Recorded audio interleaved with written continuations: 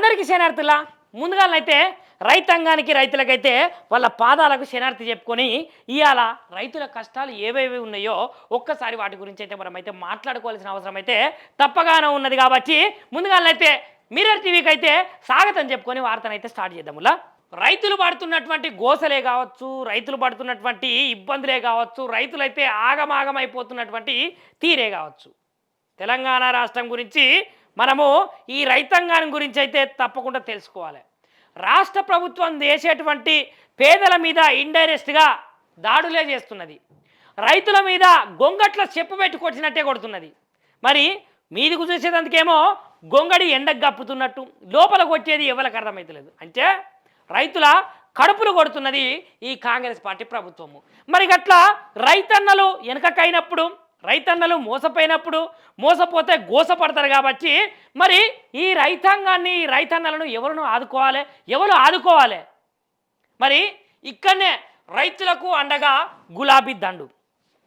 రైతులకు ఏదన్నా సమస్య వచ్చింది అని తెలుసుతోటే ఎంబటే గులాబీ దళానికి సంబంధించినటువంటి ఎమ్మెల్యేలే కావచ్చు, మాజీ మంత్రులే కావచ్చు, కార్యకర్తలే కావచ్చు, లీడర్లే కావచ్చు, వాళ్ళ క్యాడరే కావచ్చు, ఆ ఎమ్మెల్సీలే కావచ్చు, వాళ్ళందరూ అయితే అక్కడ వాలి తప్పకుండా ఆ సమస్యకు పరిష్కారం కావాలి అని చెప్పేసి ఈ ప్రభుత్వాన్ని ఎండగట్టునే పనిగా పెట్టుకొని ప్రభుత్వం మెడలు వంచే విధంగానైతే వీళ్ళైతే పోగడలైతే పోతున్నారు.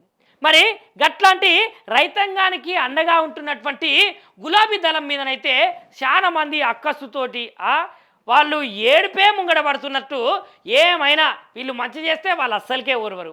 ఇక వాళ్ళ గురించి పక్కకు పెడితే ఇక్కడ రైతాంగానికి అండగా గులాబీ దండు. అయితే మనమైతే ముందుగాల ఒక్కసారి వరంగల్ గురించి చూసుకుంటే, ఇగో వరంగల్లో అయితే ఉన్నటువంటి ఏనుమామల మార్కెట్లనైతే బీఆర్ఎస్ బృందాలు పర్యటించినాయి. పంట కొనుగోలునైతే రైతులకు ఎదురవుతున్నటువంటి సమస్యలనైతే తెలుసుకుంటున్న మాజీ మంత్రి ఎర్రబెల్లి దయాకర్ రావు సారు, అదేవిధంగా ఎమ్మెల్యే పల్లా రాజేశ్వరరెడ్డి, మాజీ ఎమ్మెల్యేలు ఆరూరి రమేష్, చల్ల ధర్మారెడ్డి, పెద్ది సుదర్శన్ రెడ్డి, దాని తర్వాత నన్నప్రేణి తదితరులైతే అంటే బీఆర్ఎస్ పార్టీకి చెందినటువంటి మాజీలు కావచ్చు, ప్రజెంట్ ఉన్న ఎమ్మెల్యేలు కావచ్చు, వీళ్ళందరూ అయితే ఇగో నిత్యం జనంలోనే వండుకుంటా ఇగో రమేష్ సారు, అదేవిధంగా రాజేశ్వర రెడ్డి సారు, దాని తర్వాత ఎర్రబెల్లి సారు, ఇక వీళ్ళందరూ బీఆర్ఎస్ పార్టీకి సంబంధించినటువంటి నాయకులే కదా. ఇక రైతులకు ఏ సమస్య ఉన్నది అని తెలియగానే ఎంబటే అక్కడికి పోతున్నారు, రైతుల సమస్యలు తెలుసుకుంటున్నారు. మరి కొనుగోలు కేంద్రాలలో కొంటున్నారా, కొనట్లేదా, మరి ఎందుకు కొనట్లేదు అని అక్కడ ఉన్నటువంటి సెంటర్లలో పనిచేసినటువంటి అధికారులను నిలదీస్తున్నారు. దాని తర్వాత ప్రభుత్వాన్ని ఎండగడుతున్నారు. ఇక కొనేదాకా కొట్లాడుడే. అదే ఒక పాట ఉంటుంది చూడు, చల్ వెనక ముందు చూసుడేంది రాజన ఓ రాజన, ఎత్తుకో తెలంగాణ జెండ రాజన ఓ రాజన, రాజన ఓ రాజన ఓ రైలపురపు రాజన ఓ తెలంగాణ రాజన, హే అప్పుడు తొక్కడి సత్తరెండు రాజన ఓ రాజన అన్నట్టే కొనేదాకా కొట్టారుడే. ఇప్పుడు వడ్లు, హే వడ్లు కొంటరా కొనరా, హే వడ్లు కొంటరా కొనరా అని ఒక ఉద్యమం లెక్కనే వీళ్ళైతే స్టార్ట్ చేస్తున్నారు. ఇక ఇక్కడ ఏమంటున్నాడంటే పంటల కొనుగోలు జాప్యం మీదనైతే బీఆర్ఎస్ ఆగ్రహం, సర్కారు తీరుపై సమరశంఖం ఊదింది. దాని తర్వాత దద్దరిల్లిన మార్కెట్లు చూసిరా. సర్కార్ అయితే జాప్యం అంటే సాటుగా దోబూచుల ఆటలు ఆడుతున్నది. కొనాలనా కొనద్దా అనే ముచ్చట్లయితే ఇక్కడ దాచుకుంటా ప్రభుత్వం చేస్తుంటే వీళ్ళు ఏమంటున్నారు, సర్కార్ తీరుపైన సమర శంఖమే ఊదుతాం బిడ్డ, ఏమనుకుంటారు జనాలు పండించినటువంటి పంటను ఎట్టెట్లా కొనాలో చెప్పుర్రి మేము చూస్తాం అని ఏకంగా ఇక్కడ వీళ్ళైతే పరోక్షంగా దాడికే దిగిరని చెప్పాలలా. ఇక వడ్లు మొక్కజొన్న కొనుగోళ్లు లేక రైతులైతే గోసలు పడుతున్నారు. అన్నదాతలకు అండగా బీఆర్ఎస్ పార్టీ నాయకులు ఉన్నారు. దాని తర్వాత కొనుగోలు కేంద్రాలల్లో పర్యటించినటువంటి బృందాలు, అదేవిధంగా క్షేత్రస్థాయి పరిస్థితుల్ని పరిశీలించిన నేతలు, రైతు గోడు విన్న నాయకులు సర్కారు మీదనైతే చాలా మంది ఫైర్ అయ్యారు. రోజు సర్కారు మీద ఫైర్ అవ్వడు, సర్కారు వాళ్ళు పట్టించుకోకపోవడు. ఇక ఎప్పుడు మారుతారో ఏం మారుతారో చెప్పి మా కుతికలు ఎండకపోతానాయి. ఆడ ఎండల నిలబడి రైతన్నల మాడలకు మొత్తం ఎండ తగులుతుంది, వడదెబ్బలు దాకి పిట్టలు రాలుతారు, అకాల వర్షాలు పడి పిడుగులు పడి చచ్చిపోతారు. అయినా కూడా వాళ్ళకైతే గింత సొయ్యున్నదా? సొయ్యే ఉన్నది. సొయ్యుంటే గిట్లెందుకు చేస్తారు చెప్పుర్రి. కేటీ రామారావు సార్ సైతం ఇక్కడ మనం చూసుకుంటే కేటీఆర్ సార్ సైతం ఎర్రటి ఎండల అక్కడ ఉన్నటువంటి మార్కెట్ యార్డ్ ఏదైతే ఉంటుందో గా మార్కెట్ల ఇగో రైతులతో కూర్చొని ముచ్చట పెట్టుకుంటా రైతులకు ఉన్నటువంటి సమస్యలను సార్ ఎంత మంచిగా అడిగి తెలుసుకుంటున్నావు చూడురి.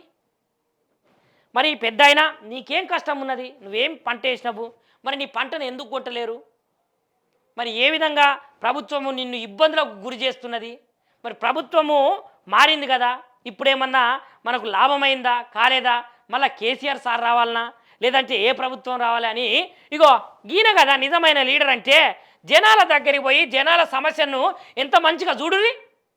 ఆ రైతు దగ్గరికి పోయి నేరుగా సమస్యలను అయితే తెలుసుకుంటారు. ఈ ముచ్చట ఎక్కడ జరిగిందంటే సంగారెడ్డి జిల్లా సదాశివపేటల శనిగల కొనుగోలు కేంద్రంలోనైతే సోమవారం రైతులతో మాట్లాడుతున్నటువంటి బీఆర్ఎస్ పార్టీకి చెందినటువంటి working president KT Rama Rao sir వచ్చిందంటే తప్పకుండా ఆ సమస్యనైతే పరిష్కరిస్తాడు కదా.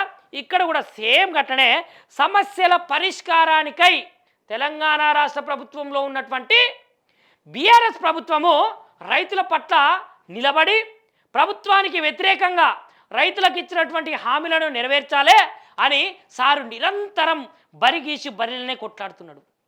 ఇక గట్లనే రైతులకు ఇచ్చినటువంటి హామీలు రైతు డిక్లరేషన్ ఏదైతే ఉన్నదో అది తప్పకుండా చేయాలి కదా.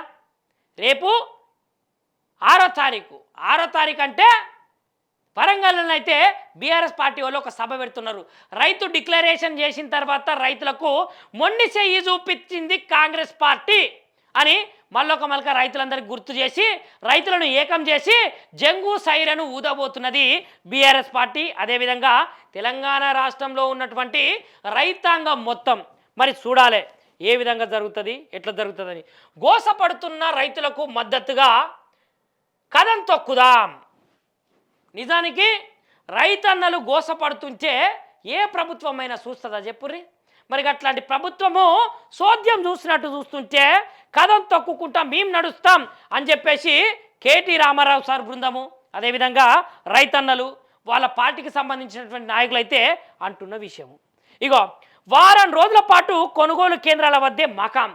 మీరు కొంటారో కొనరో మాకు సంబంధం లేదు, మేము ఇక్కడనే ఉంటాము.